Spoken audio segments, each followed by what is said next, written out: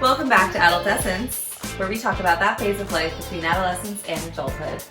I'm Jess. I'm Laura. And this is Ruby. We just had to add in a third blonde. Yeah, we didn't have enough blonde energy yet, so. Ruby, what are your thoughts on toxic money mindsets? Yeah, you think they should buy you more treats? A brunette in the mix. Yes, you don't fit the vibe, Luca, unfortunately. Thought we'd do a couple quick plugs. Yeah, so make sure to rate, review, and subscribe wherever you get your podcasts, and leave us a review for sure. And make sure that you're following us on TikTok and also on YouTube. We actually are uploading these episodes to YouTube, so. Yeah, great shout out. We should mention that more often. We should. If you would rather watch us, which I think today it's really worth a watch because we have two furry friends joining us. Yeah, it's kind of chaotic, so if you want to watch and see what's going on instead of just listening. Yes. There is a golden retriever sharing a very small seat with me. And somehow she's okay with it because I'm crushing her, genuinely. She just likes the attention. She does. Look at how she's sitting. I feel like I'm literally suffocating her. She looks so happy though. And she's like, no, suffocate me. Aww. Yeah, so I have a little, life hack I wanted to share. Oh, okay. So, I feel like we've all been roped in by those ClassPass deals where we just somehow end up with a ClassPass subscription because the first month it's, free. And then before you know it, you're paying $90 a month for ClassPass. Yeah. So, I got ClassPass for a few months, and this past month, I've been really focused on the handlebar because I'm doing this challenge where you have to go to the handlebar 10 times in 1 month. And so I haven't been using my ClassPass, and I was like, dang, I wasted all this money because my credits are up. And then I realized you can book beauty treatments on ClassPass. So I got a manicure and a pedicure today at Minilux through ClassPass. Wow. And I think I probably got a good deal on it because I paid, I don't know, 70 something for my ClassPass probably, and a mani-pedi from Minilux I feel like is expensive. Did you have to leave a tip on top of it? I did. So, and I also got a $90 parking ticket, so I guess I did end up spending a lot of money on this manicure, but... Theoretically, but I'm happy that the credits did not go to waste because they were about to. So, I didn't know that ClassPass had other things. It's not just I know. Gym stuff. I don't think it's well known, but yeah, they have massages you can get through there. You can do facials, acupuncture, cryotherapy. It's basically any sort of studios who want to get their word out, I think, have been on ClassPass. And I think they're staying within the realm of health and wellness, but apparently that extends to nails, so. Okay. Got my nails done. That's cool. Yeah. They're cute. They're so short, I relapsed on my nail biting. Yeah, but they're still you just have long nails. We've talked about this before. The lady was saying that. She was like, because I was apologizing for my short nails, and she's like, they're actually not that short. And I was like, what? This is bitten down to the... they're short in terms of, but my nails are stubby. No, but you have nice length right now. Oh, you look good. Anyway. Anyways, yeah, so if you have a ClassPass membership and you don't really want to use it towards working out, there's other options for you. That's great. Hot take. I love it. I love how this is just working. I know. They're just being quiet. They just wanted to be snuggled. Oh, they're just being so cute right so now. So cute. All right. You're not a little devil. Today we're talking about toxic money mindsets that you have in your 20s. Buckle up, bitches. Buckle up. We're serving some truth today. Serving some truth with a side of sass. Yeah. So why does this matter? Well, glad you asked. So I feel like when you first graduate from college and you're navigating your 20s, pretty much up until this point, I'm sure not many people have taught you anything about money. So there's these mindsets I think that we get into that we just somehow inherited from others around us, from our parents, from mixed messages from society. And we can go throughout our 20s with these mindsets without knowing how much damage they're doing. Yeah. And I think it's hard to talk about this without getting into specifics, but yes. Yes. Agreed. Well, how about you start us off then? Get Okay. into one of the money mindsets we're referencing here. All right. So I think this is a big one. I see this all the time with my friends. And I think honestly, this is just a thought that people just have and they don't even maybe know that they have it. The idea that once I get a higher salary, I will become better with money. That's when I'll start saving, investing, and doing all that once I have more money. I just don't have enough money right now. I don't make enough money to do any of that, so I can't do it.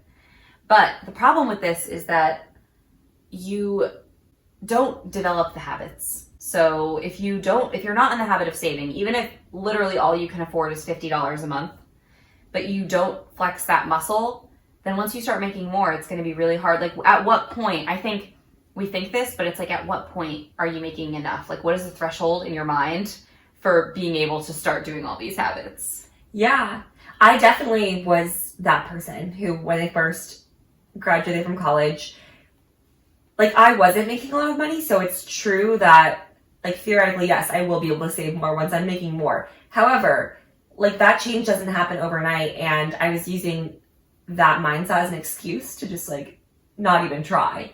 You know, like, I feel like regardless of how much money you're making, you can probably save, like, $50 a month, you know? Like, you can find something to save and help build that muscle, but I think a lot of us just use that mindset to help be our scapegoat. Yeah, just to justify crazy spending. Mm-hmm. Like, I had a conversation with someone once at, like, a party, and she didn't make very much. I think she made, like, $45,000 a year. So, and she's younger than me, so she's, like, a newer grad.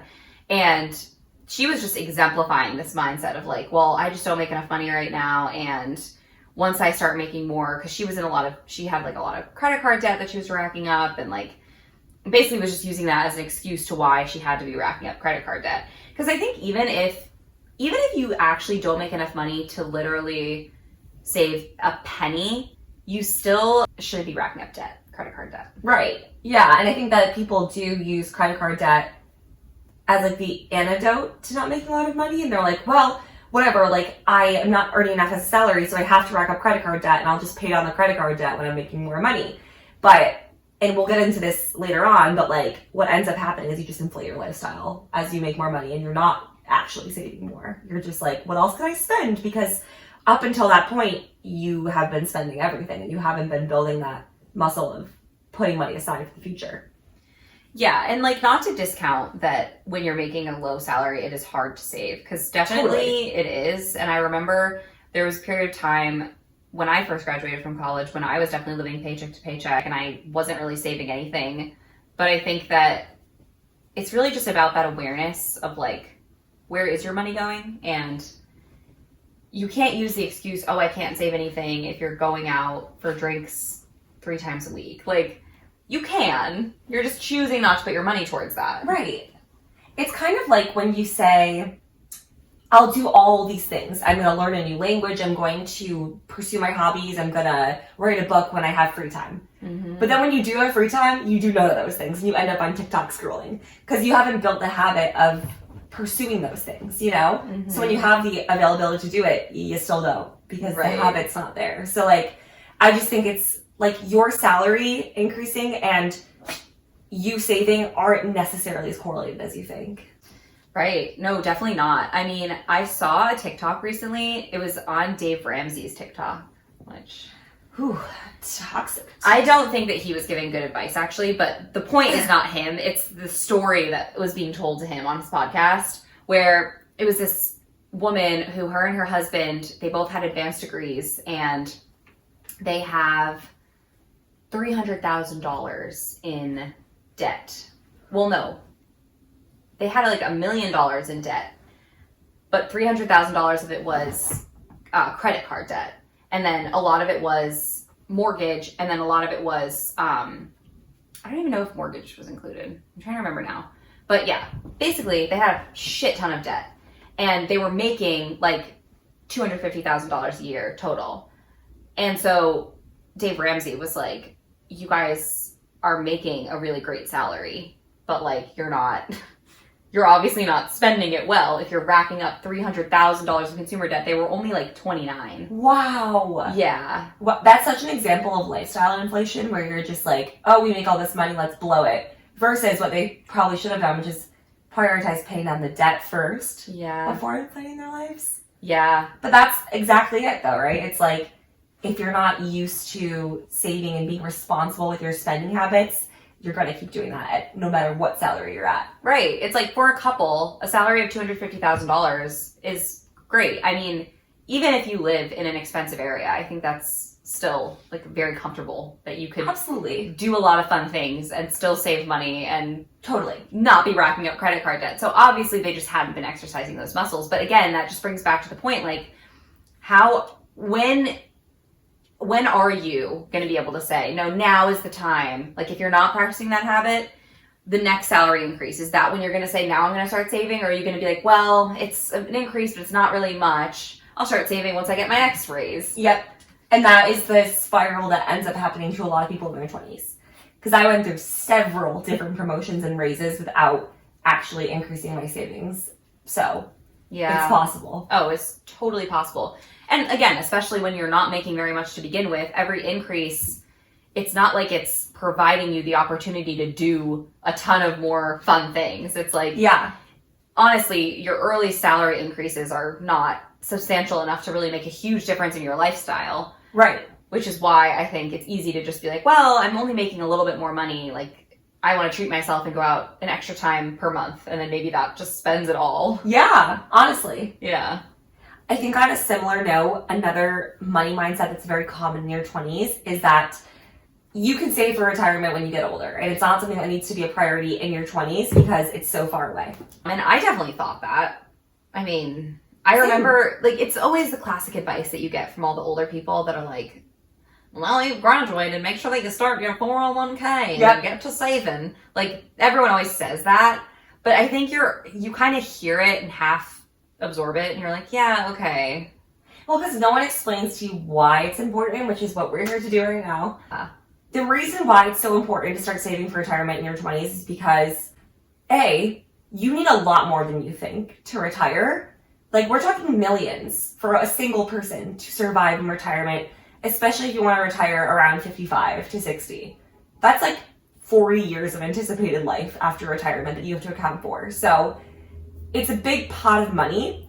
And also, if you start saving young, well, saving is the wrong word, investing young. If you start investing young in your retirement accounts, which include the 401k, the Roth IRA. What do you have available to you? 403b? 403b. Yeah. If you start investing in those earlier, compound interest will be on your side, which is basically the interest on your investments will earn interest, and that just compounds over time.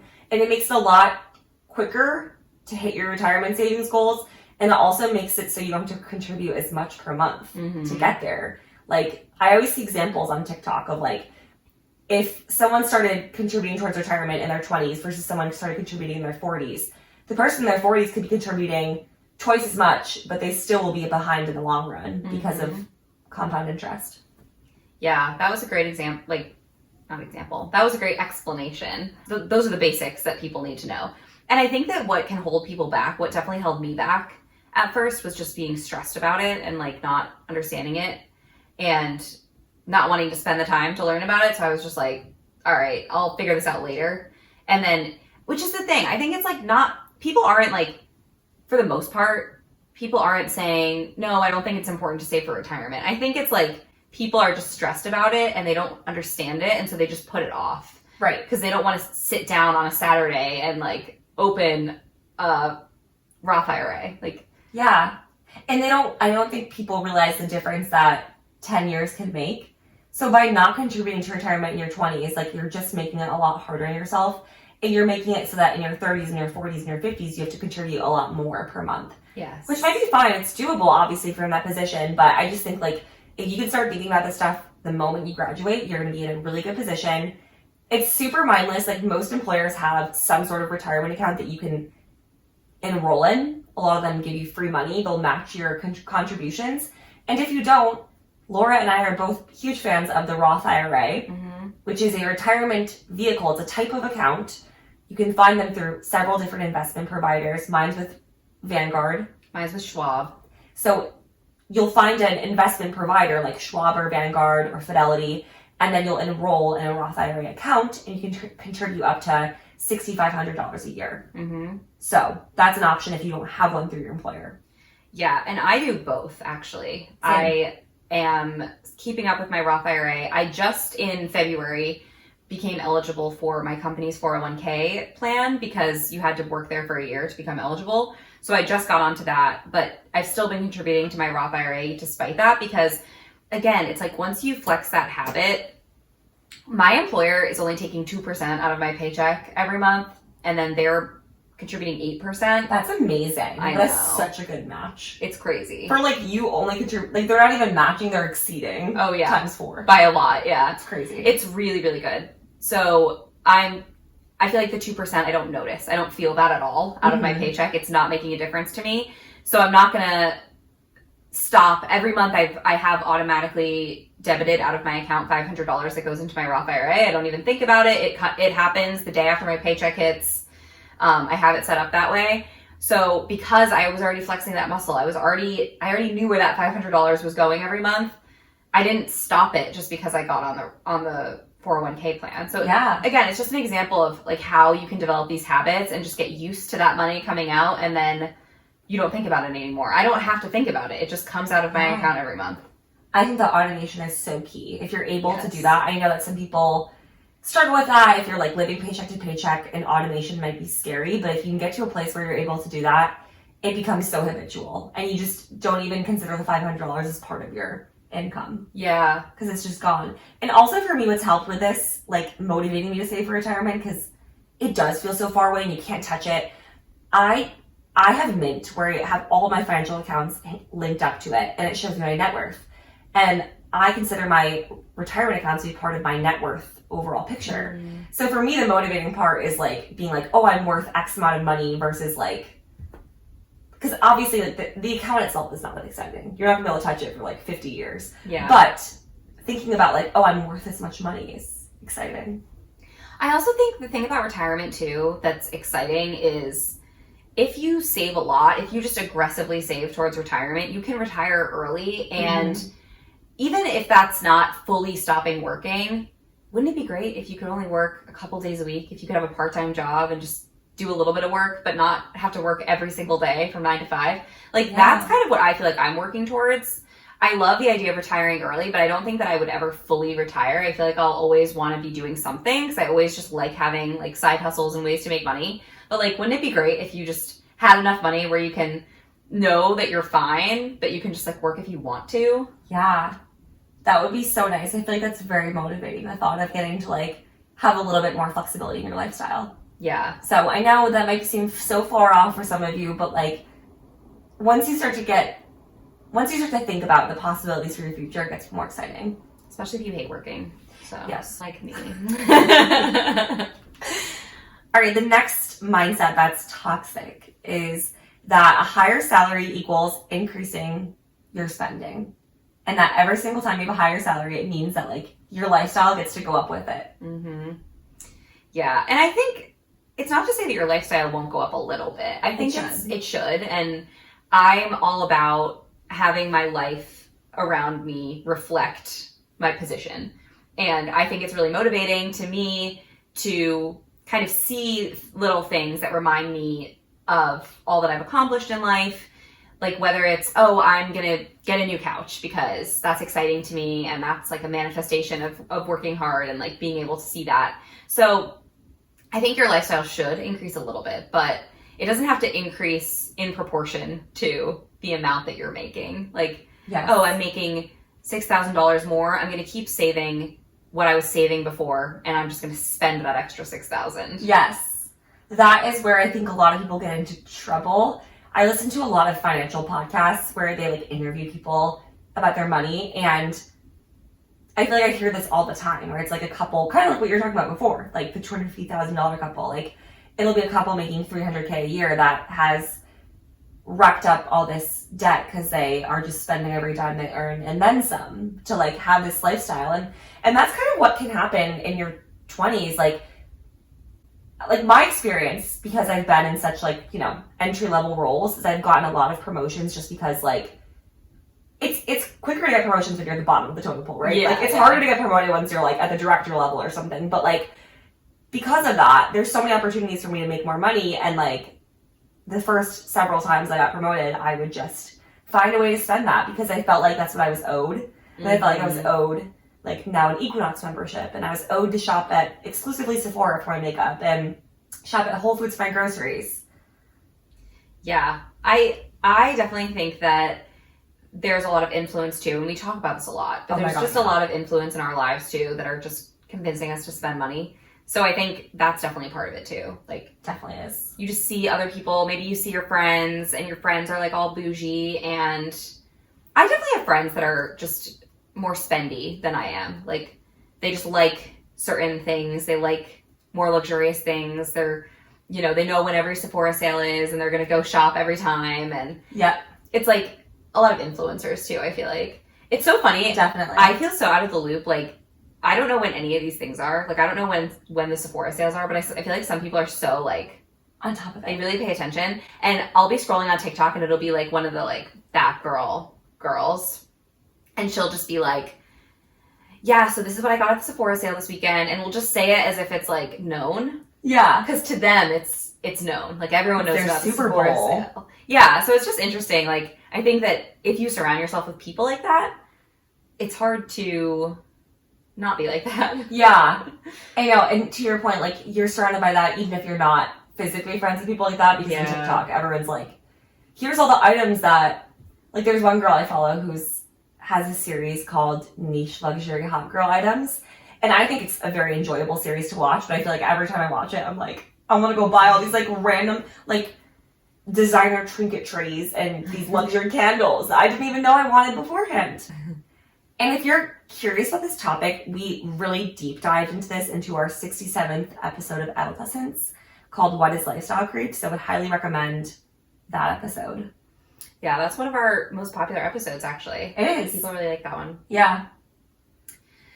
So another toxic money mindset, which can also, I guess, be true sometimes, but yeah, the idea that I'm broke. I mean, I think sometimes people are, I don't know, what does that even mean, really? Like, I feel like people say it so much that it's kind of lost its meaning. I know, but I do think it's a common trope to have in your 20s where you're just like, I'm broke, so fuck it. Like, yes. To me, the I'm broke money mindset is so toxic because we use it as an enabler of our poor habits. Like, we're like, oh, I'm broke anyway, so I might as well go rack up this bar tab and not give any consideration to saving money. Or I might as well just put it all on a credit card because I'm broke anyways. Haha. And it's almost like a cutesy thing. Yeah. And just like the idea of commiserating and, you know, being in your 20s and just talking about how broke you are and oh my God. Like, I think that's definitely a trope of people.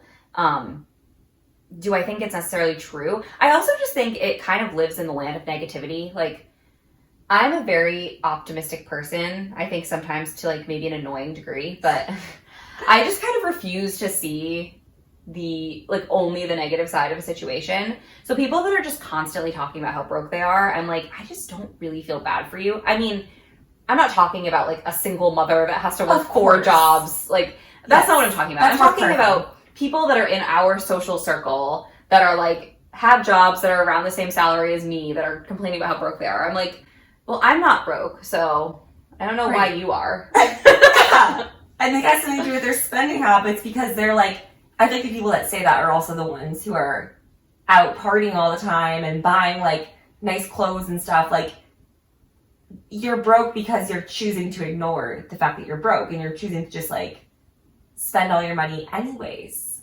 Yes. And I also think, like, not to get all woo-woo, but I do think that when you say something enough, you start to believe it. Mm-hmm. So if you're always saying I'm broke, like, you're probably going to stay broke because your money mindset, like, you're manifesting being broke, basically. No, totally. I think that's part of the reason why I'm, like, against saying this. Yeah. Because I'm just like, I don't want to say that I'm broke, because what if then I become broke? Yeah, like, I'm not actually broke. I feel like people just use it, and it's one of those words that's just lost its meaning, because people just say it all the time, but it's like, to actually be broke is to have no access to money, I feel like. And if you're making a salary and you're paying your rent every month and you're just spending all your money frivolously, you're not broke. You're just irresponsible. Yes. Mic drop. I feel like that is the ownership that we need to take in our 20s is that we're broke because we're choosing to be broke. Yeah. I know not everyone. Yeah. Like, there's situations, of course. I'm talking about people like myself when I was 22 who said they were broke, but they were living like a very lavish lifestyle for being broke. Yeah. Like, I wasn't broke, I was just frivolous. Yeah, I feel like when people say it, it's always like, oh, I'm so broke, like, this night's gonna hurt. And it's like, well, you don't have to be out. It's like, why are you doing this night then? Yeah. Like, got no money, take your broke ass home. If you ain't got no money, take your broke ass home. Actually, though, great advice. Honestly. Wait, that is so true. There's people in my life, well, when I was younger more so, but I feel like they would, like, come out, but they wouldn't be able to afford it. And then, like, I would end up paying more or, like, picking up stuff for them. Because they couldn't afford to be there. And I'm like, don't go somewhere if you can't afford to pay your share. Right. Same as, like, don't go out to eat if you can't afford to pay the tip. Yeah. Oh, my God. Yes, girl. When people... Oh, my God. When that's the way that you're cutting corners, you're like, well, this dinner came out to more than I wanted, so I'm just going to give 15% instead of 20%. It's like, it's not the waiter's fault that you spent more on dinner than you thought you were going to. Yes. Honestly, people who are frugal with tipping are like the worst kinds of people to me. I'm like, save. But I always said about ordering takeout, I'm like, don't order Uber Eats if you can't afford to give a good tip to the driver. Like, agreed. You shouldn't be giving the driver like a $4 tip. Like, yeah, you should only be ordering food if you can give them a fair tip. Yeah, I think Uber Eats, like, I personally think that you should be tipping delivery drivers 20% as well. Yes. Well, especially in the city, they have to deal with so much crap. Like, they have to pull over in, like, places they're not supposed to go get your food and then come drop it off. And sometimes they bring it up to your door. Like, anyways, tangent. But, yeah, agreed. Yeah. Don't cut corners on tipping. Don't be broke like that. No. And the last money mindset is kind of, it's one that I want everyone to take with a grain of salt because we just did an episode about how credit card debt is so bad. But I think a money mindset that I've heard a lot of my friends have actually, because probably of Dave Ramsey, is that credit is bad and you should avoid credit at all costs and like never have a credit card, never take out loans, etc. And the reason this is a problem in your 20s is because if you go your entire 20s without getting a credit card, if you decide that you want to buy a car and you need an auto loan or you want to buy a house and you need to take out a mortgage, because who can buy a house in cash? Like, you're probably going to need a mortgage. You won't be able to do that unless you have credit history. Yeah. And also, you can find ways to use your credit cards responsibly. Yes. Like, if you really get into the habit of just being good about it and paying off your balance every month in full, you can use credit cards to your advantage. Yeah, and you don't have to go get like a $20,000 limit. Like, you can specifically ask for a smaller limit and just get in the habit of like putting maybe one bill a month on it and paying it off consistently to help build your credit. But I had a couple friends who didn't get their first credit card until they're like 25, and then they're like, oh shit, my credit score is like terrible because I don't have any history.